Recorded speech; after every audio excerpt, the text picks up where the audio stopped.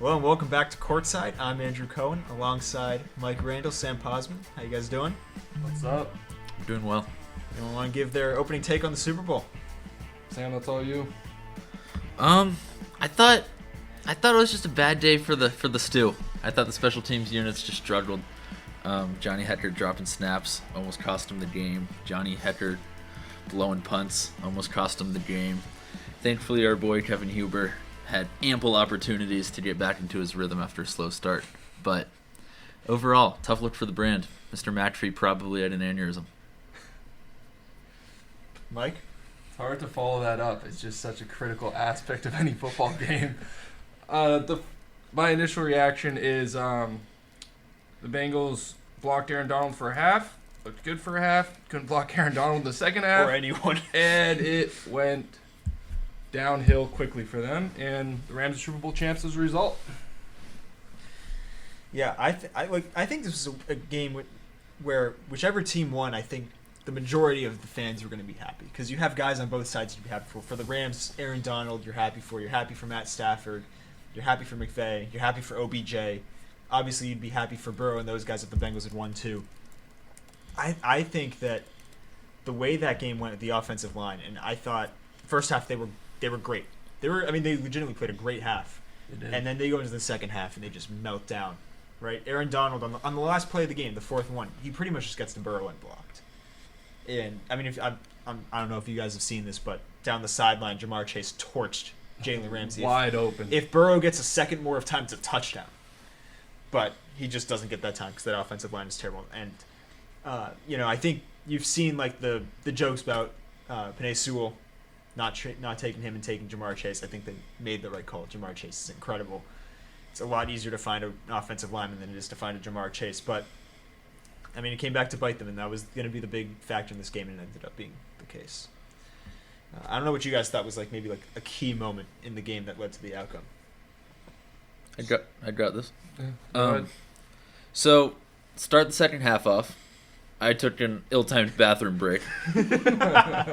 But, from what I was told, since he goes down, scores on the first play, Jamar Chase. T. Higgins. Fine, I wasn't there. Yeah, because he mugged Jalen Ramsey, by the way, for those who didn't watch. Absolutely. Such as myself. Absolutely mugs him. We'll And then I walked back into the room as Matthew Stafford is just hucking up an interception. Now, since he gets the ball back, they go down. They big fourth down conversion by the goal line. They elect not to kick, much to my chagrin. And they get the fourth down conversion, whole new down and distance. And they get into I think it was like a 3rd and 9, something like that. And Joe Burrow gets sacked. And they kicked the field goal. And after that moment, they had 5 drives. 4 of them ended with punts. And the last drive was the last real play of the game. Mm-hmm. So I would attribute that sack as the key turning point. Because they had all the momentum with the fourth down conversion. And then it all hit the fan. So that's also the turning point for me. I'll go a little deeper on it though. So a few plays before, I'm forgetting the down and distance, but it's right after the interception. Burrow is scrambling out to his left, and he's about to go out of bounds. And a very, I would say, unhappy Aaron Donald. I think he was pretty frustrated at that point in the game. To that point, the floodgates had not opened. They were doing a good job containing him in the run and in the pass game. You've seen a lot of double and triple teams. A very angry-looking Aaron Donald. If you guys saw his Super Bowl picture, you would understand. Chases Joe Burrow down and gives him a pretty significant shove on the sideline. Now, it was not a penalty. Burrow was inbounds, but as they should have, one of Burrow's offensive linemen took exception to that and got up in Aaron Donald's face. And Chris Collinsworth, I think on the broadcast, said, "Be careful, you're going to poke the bear." And a few plays later, it was Aaron Donald who didn't do a move, they didn't run a stunt. Aaron Donald just decided to bully the right guard, throws him right back into Burrow's lap, just manhandles a 300-pound human being.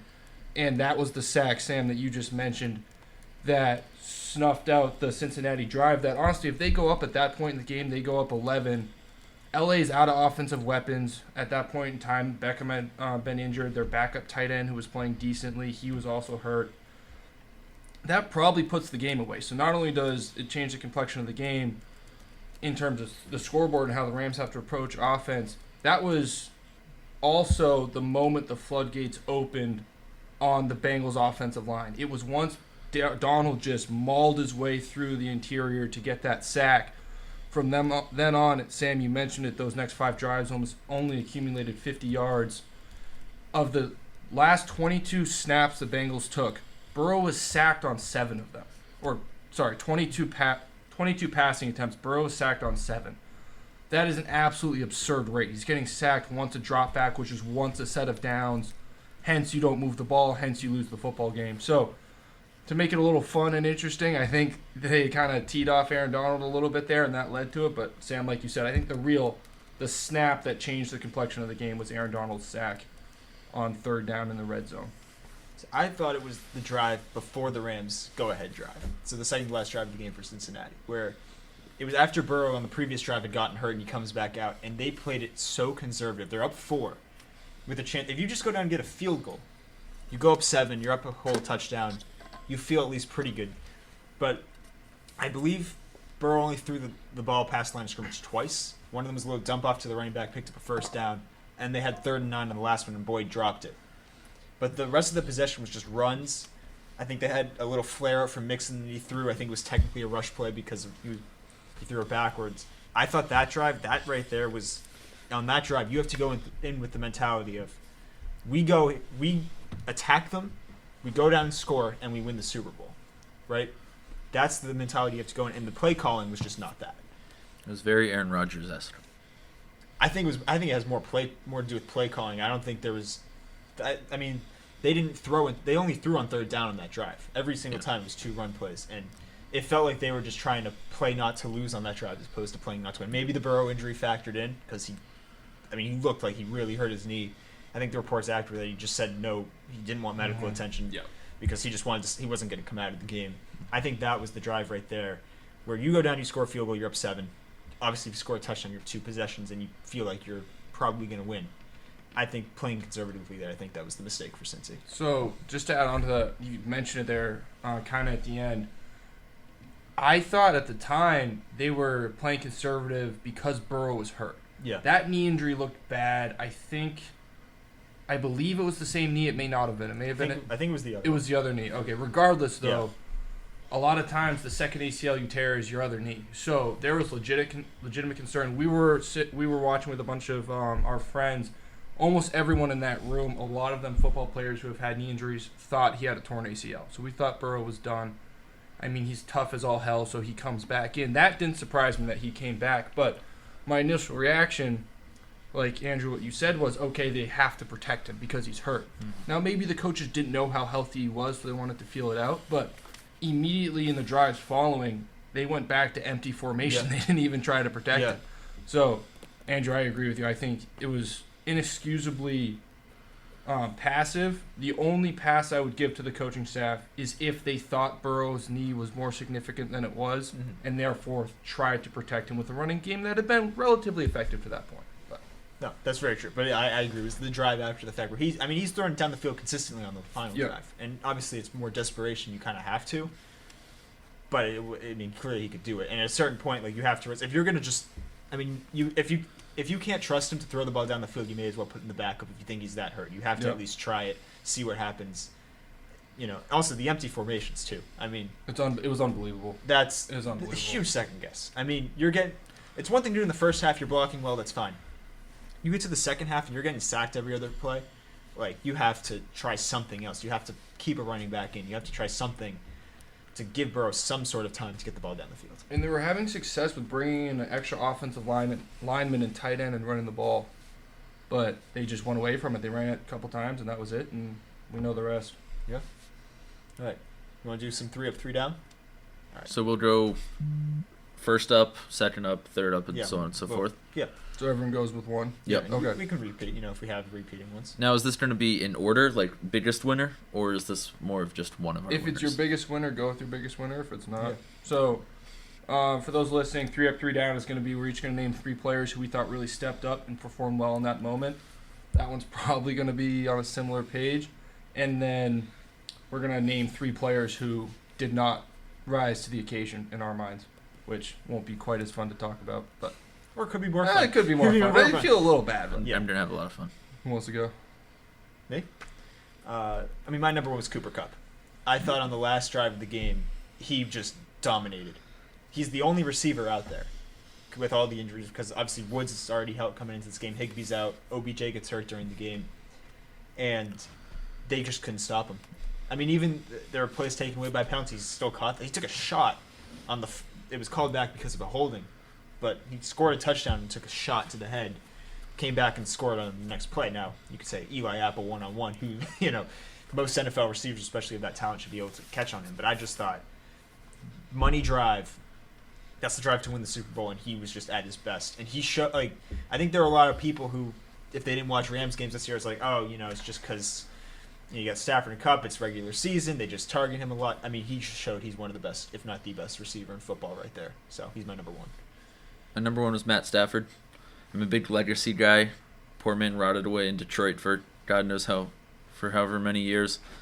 When it mattered, he did a throw that not even Mahomes might be able to make necessarily. Mahomes can make any throw. Don't listen to that. It was a great throw though, But I mean, no one deserves it more than that guy. His wife had a brain tumor over the last 2 years, was unable to walk. He took time off, came back.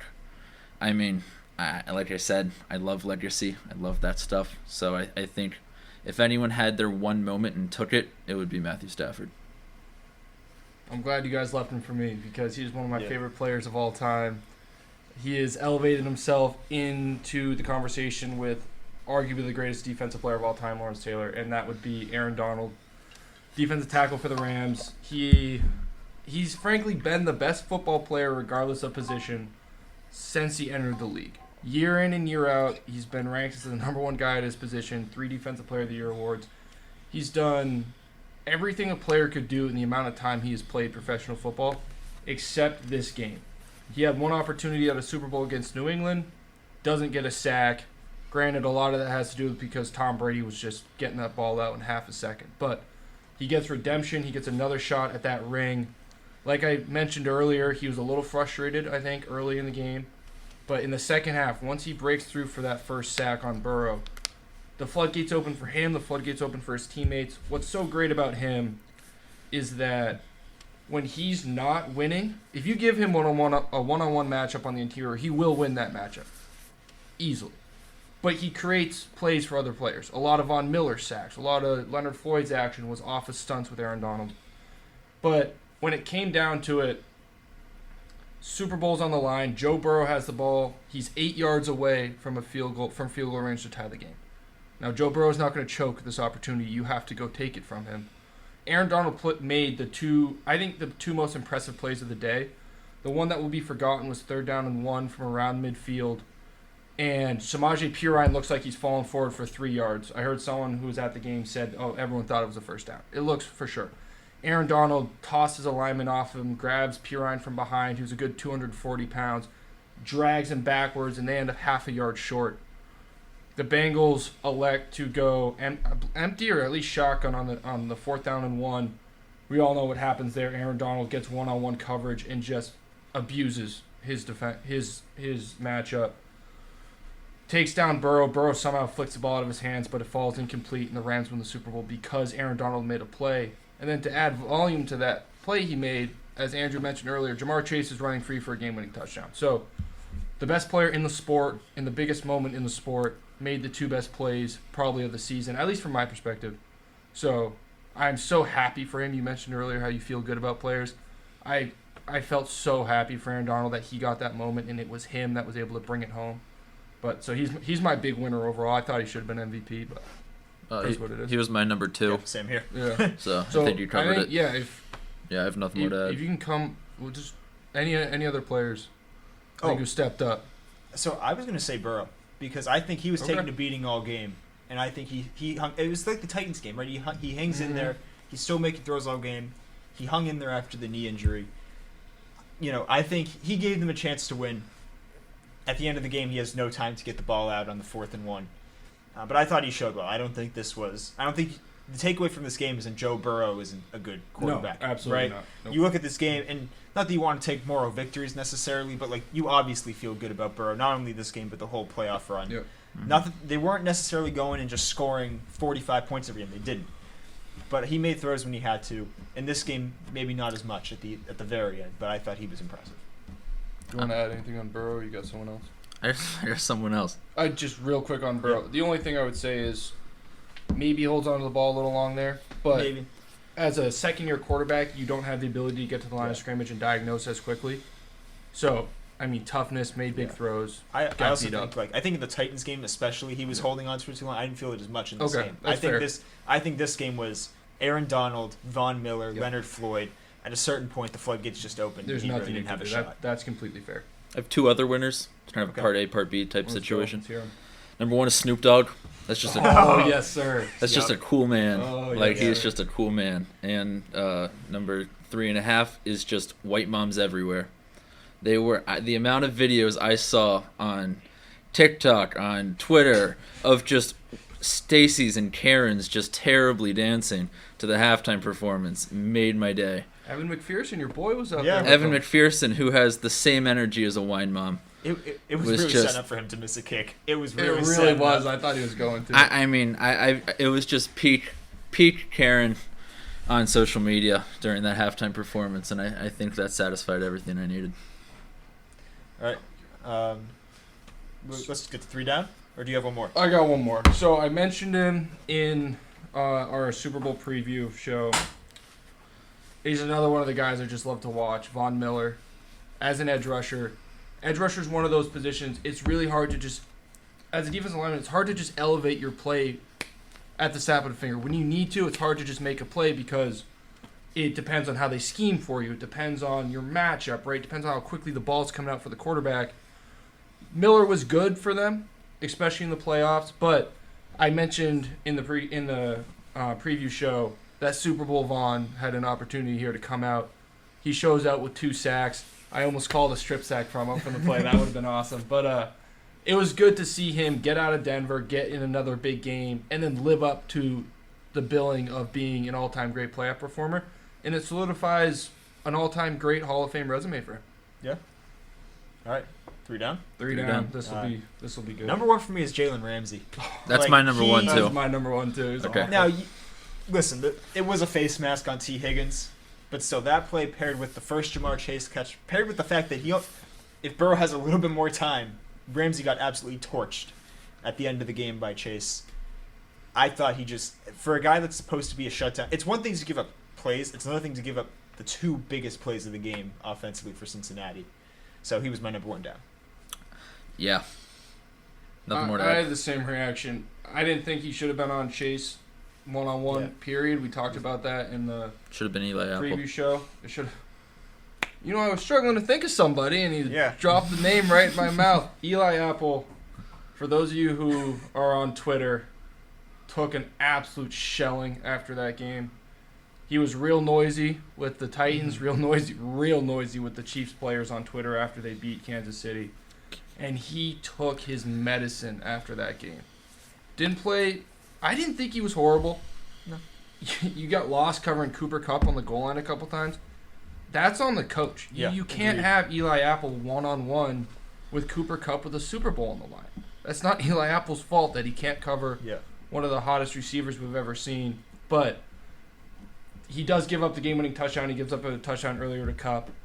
And then if you're going to mouth off and then not back it up in the biggest stage, you're going to take your medicine. And he took it as bad as anyone I've seen in a long time. So he's got to be a big loser. I was going to go with him. I'm going to pivot to Vernon Hargraves. I mean, what Oh my what are God. you doing? Oh, my God. I mean, just one of just the biggest boneheaded plays, and he was inactive for the game because he is not good at football. I mean, that was just terrible. And honestly, I don't really. I mean, it's a penalty. I don't remember what necessarily came out of it, but dude, you cannot do that in the Super Bowl. So it was the Jesse Bates pick at the end of the half on Stafford. They get a touchback off the pick. Potentially, it would have been tight, but Yeah. potentially the opportunity to try to get into field goal range. Vernon Hargreaves, for those who may have missed this moment because it was a little hectic, was inactive due to being terrible at the sport. Healthy scratch. Yeah. Runs onto the field with the defense to celebrate, gets a 15-yard penalty. All of a sudden, the Bengals starting at the 10. They basically run the clock out. Yeah, It's I tough mean, luck. you just can't have that. I mean, it's kind of you want to say it's kind of uncoaching because you guys have to be more disciplined, but No, that's not true. I mean, that's but that's just one That was guy. tough. That's That was one tough. guy who's not even playing, just Yeah. running off the bench to have a good time in the middle of the Super Bowl. So, Rogue one. My number 2 is Sean McVay. I I was like wondering this. if this was going to I come like out. Little curveball action. I think if the ball bounces one or two different ways at any point in that game, we're talking about him like he's Kyle Shanahan.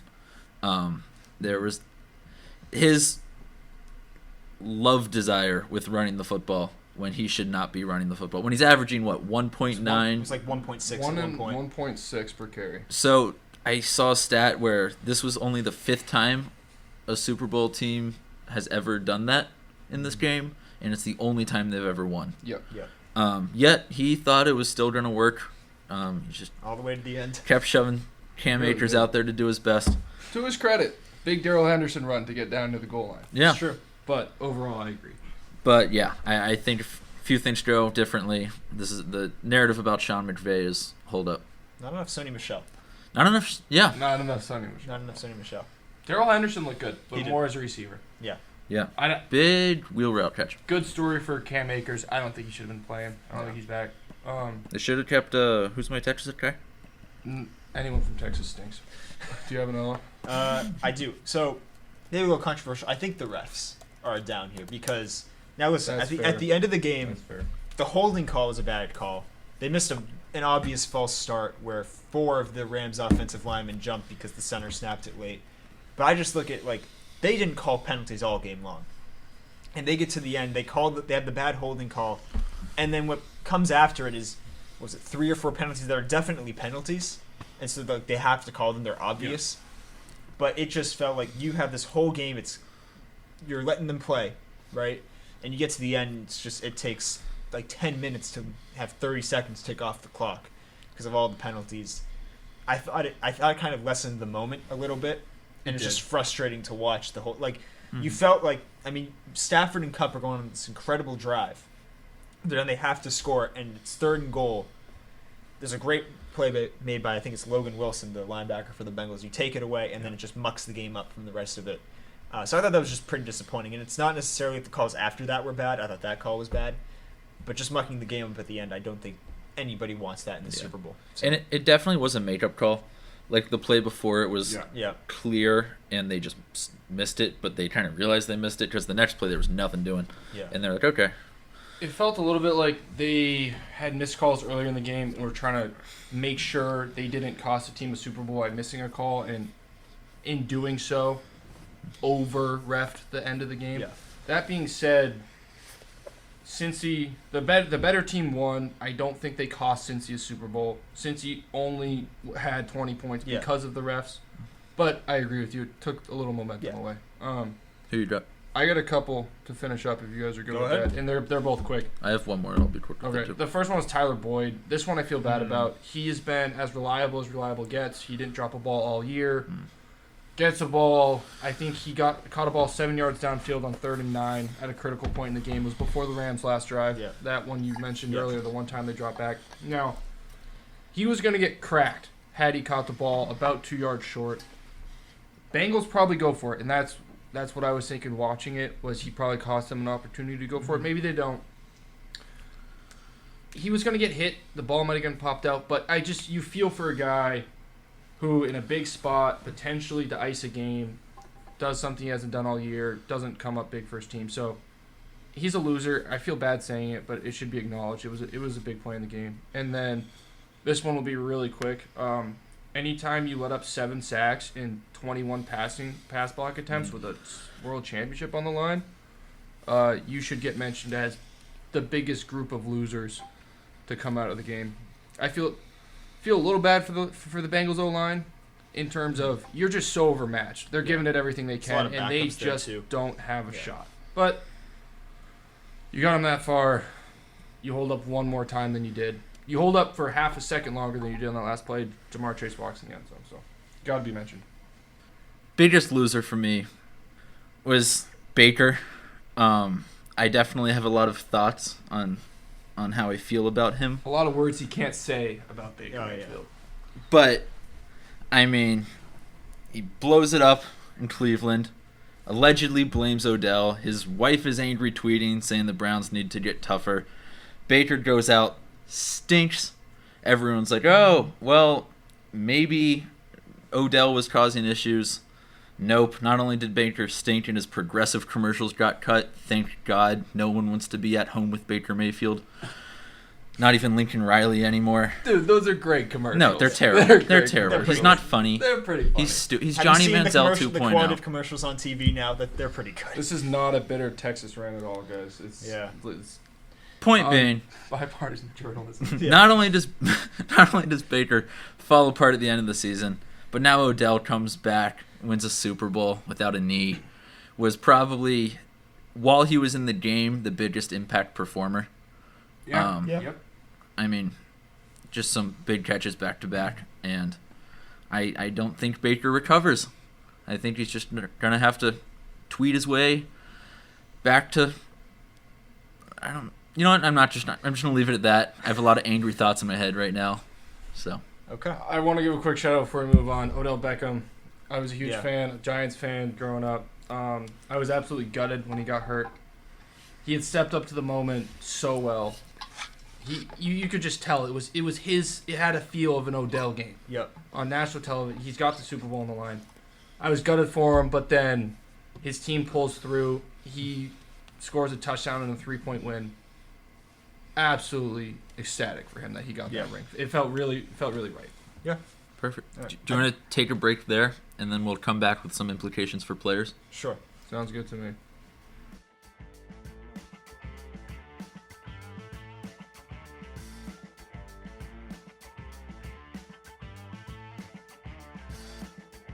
Okay, let's talk about some of the implications for the players and coaches in this Super Bowl going forward, the impact that this has on their legacy. I want to start with Burrow because I think we're going to talk a lot more about the Rams. Any thoughts on what this means for his legacy going forward? I don't think it means anything. Well, sorry. It obviously means something. I don't think a lot of times Super Bowl losses are bad things for quarterbacks, legacy-wise. I think this is one of those rare situations where it's a good thing. Hopefully this doesn't turn into a Dan Marino situation. That scares me a lot, and I feel like a meanie for bringing that up this close to the game. But, I mean, I think it's definitely a possibility, but like I said, I hope that's not the case.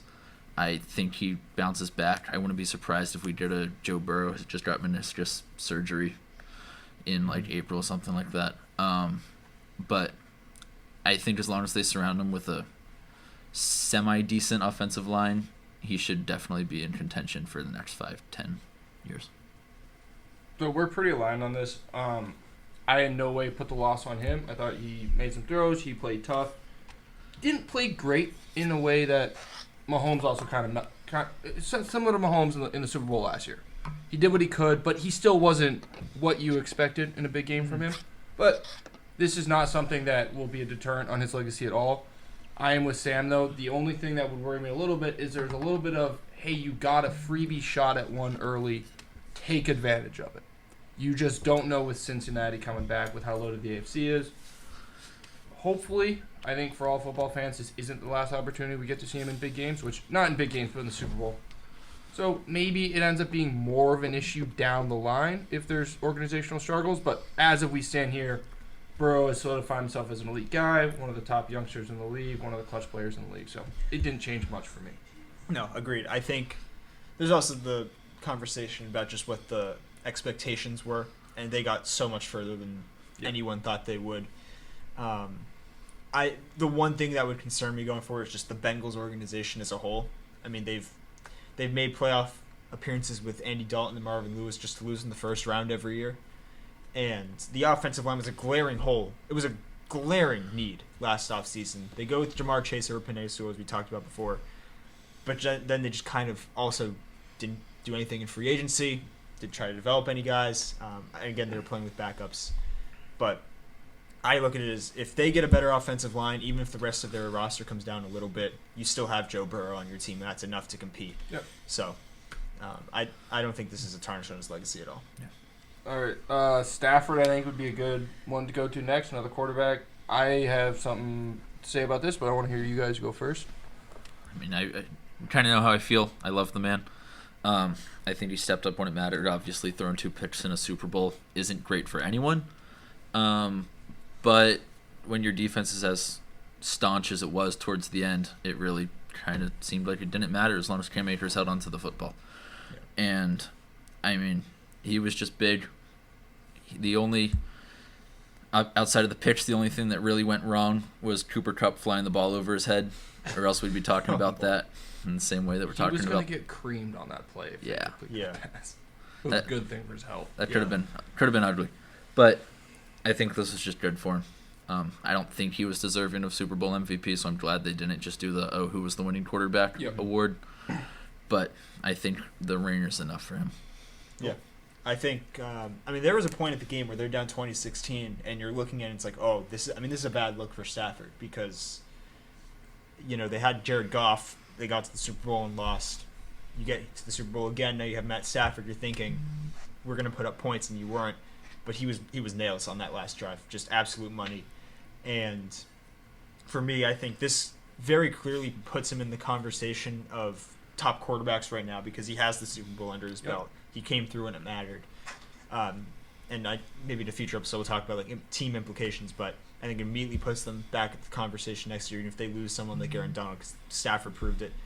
And maybe you might mention the Hall of Fame thing, but I will. One thing, people have been talking about Aaron Rodgers, right? Rodgers had 1 Super Bowl, consistently lost in the playoffs. And with Stafford, you had him on the Detroit Lions for years. He goes to a winning situation, immediately wins. So that's a big boost for his legacy. So I want to give Stafford, first off, all the flowers for the game itself. Everything you guys said was true. And I think, Sam, the one thing I'll say about the picks he threw, not a great look. But Andrew and I have talked about this off the air.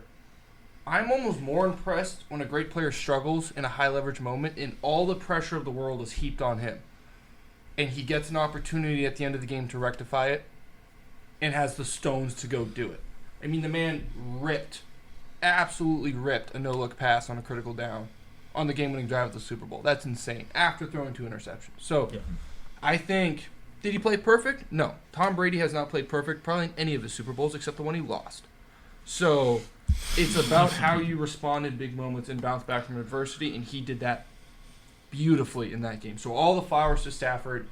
Andrew, you're right. He's a top quarterback now. He's answered questions about his toughness, clutch gene, ability to win. For me, though, I will say this. I don't want to be negative. We'll talk about this, I'm sure, on later shows because it's going to be a fun argument. Right now, here today, this does not put him in the Hall of Fame for me. It's 1 run, 1 ring. He is a 1-time Pro Bowler, no All-Pros.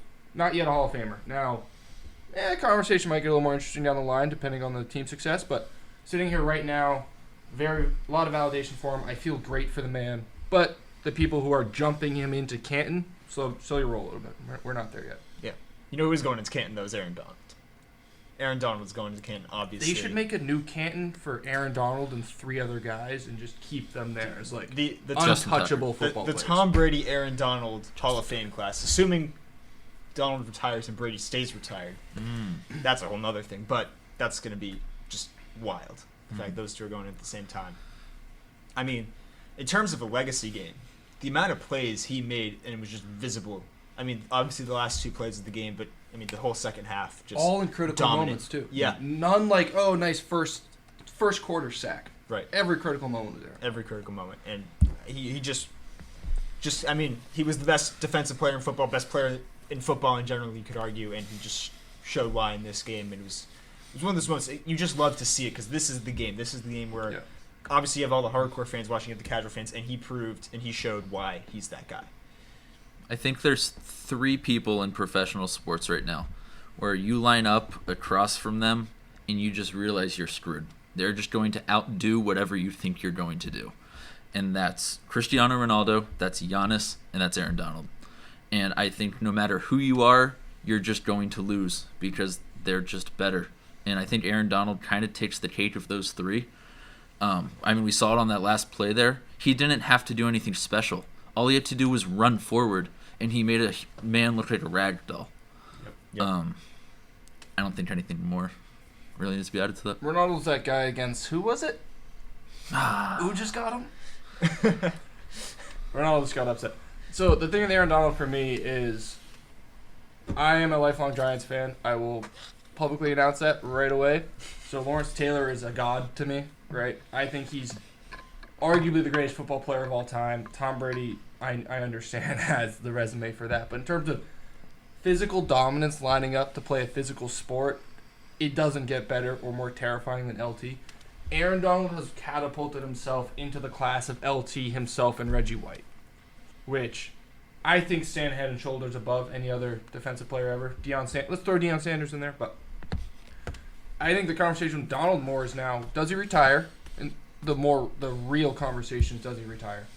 But then I think it just gets fun to throw around where he stands in terms of American sport legacies. We've moved past football for me. I'm just on the spot thinking, you could put this in the argument of one of the greatest primes an athlete has ever had.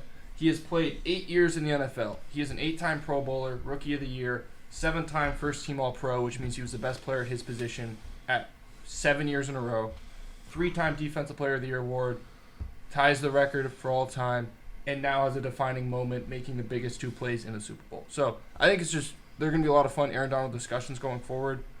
I hope he comes back because I enjoy tuning in to listen to Chris Collinsworth talk about how many triple teams he's getting on Sunday Night Football. But now here's a guy. Here's a guy. Man, he is one hell of a guy. Dude, Chris Collinsworth loves him, but I really felt like for the first 3 quarters of that game, he was just crapping on Aaron Donald whenever he had the chance. They did a good job on him. That's why I wanted to mention that play that kind of seemed to tick him off. They had him down. Yeah. And he was visibly frustrated, and some idiot got in his face, and he went into that mode that the Jordans, the LeBrons, the Bradys have. And there's only a few that can go there, and he went there to win a Super Bowl. It was awesome. Yeah. Do you want to get into Cooper Kupp, the Super Bowl MVP? I think this is the last big name we got to get to. Yeah. Have to. Again, I said it before, just dominant on the last drive of the game. And it was unbelievable. I mean, he just capped off one of the greatest receiver seasons of it. You could argue the greatest receiver. Greatest receiver. It is. Yep. It is because Calvin Johnson regular season, but he played for the Detroit Lions, unfortunately. Greatest receiver season ever. If he keeps it up for a few years, doesn't even have to be that elite. Just continue to be one of the best receivers in the game. He's going in the Hall of Fame as well. I think it was great to see that signature moment for him as well, where I think, again, to the casual fan, Cooper Kupp, he just gets targeted a lot. He's not Calvin Johnson. He showed, he just showed why he is the best receiver in the game. I'm still angry that I picked Miles Sanders over him in fantasy this year. Oh, no. Oh, boy. But obviously, kudos to him. He did everything you could want someone to do. I mean, what a time to be a wide receiver right now. I feel like there's 35 guys that I trust. And there's Trust everybody. I do try. I infamously said that I trust Kyler, and ever since I made that distinction, he has just gone to Baker levels of success. But I mean, he's just going to eat for the next however many years. He's got a quarterback that clearly trusts him, a coach, so long as he doesn't retire, that just wants to force the ball to him, as he would be foolish not to, I might add. And now with Odell coming back, he said he'd take a pay cut to come back to L.A. Robert Woods coming back. I think that Rams offense is going to look somehow more open than it did this past year, and I think that's very scary to think about. What impressed me about Kupp, and I'll preface this by saying, Andrew, I think is undoubtedly the best receiving season of all time. Mm-hmm. We've had the conversation. I threw Aaron Donald into the greatest prime conversation ever. Mm-hmm. His season has to be up there with greatest team sport individual season in American professional sports. He broke basically every accumulation record you could get in terms of yardage, touchdowns, catches, in terms of regular season and playoffs. Won the Triple Crown, Super Bowl MVP, most catches ever in a playoffs. He accumulated a resume that took Jerry Rice an entire career to do, and Jerry Rice is unanimously considered one of the 2 or 3 best football players of all time. So, just an unreal season. In terms of the game, it is really easy in football, especially because a lot of these positions are dependent, where when you get to the biggest moments, the reason we put so much on quarterback play is because you can usually take other stars away or mitigate their impact, right? So we talked about Lawrence Taylor. He didn't necessarily dominate his Super Bowls because the whole offense is blocking him. That's what made Donald so impressive. It's more so a basketball thing where whoever is the two best players on the court, they're going to win if those guys step up. Football, it's usually whoever's the best scheme and the best quarterback are probably going to win that game and best overall defense.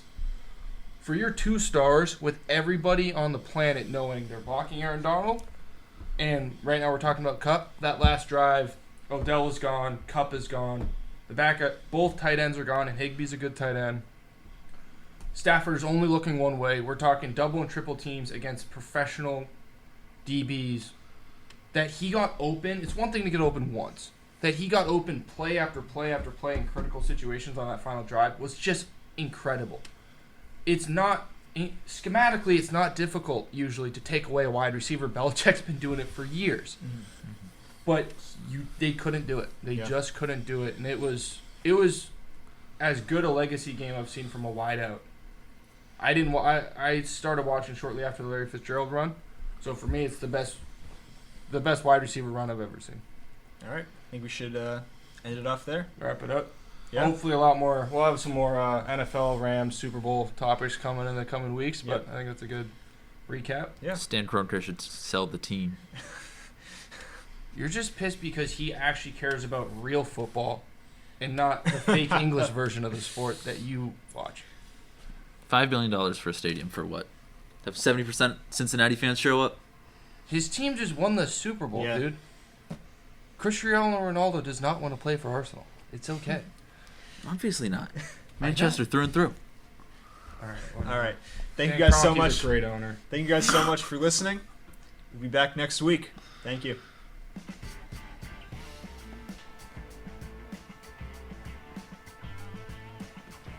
Thank you guys so much for tuning into this edition of Courtside. We'll be back next week, wherever you get your podcasts. Please subscribe if you enjoyed. We really appreciate it. Leave a nice review or comment or a like. All that is greatly appreciated. Thank you so much for listening. We'll be back next week.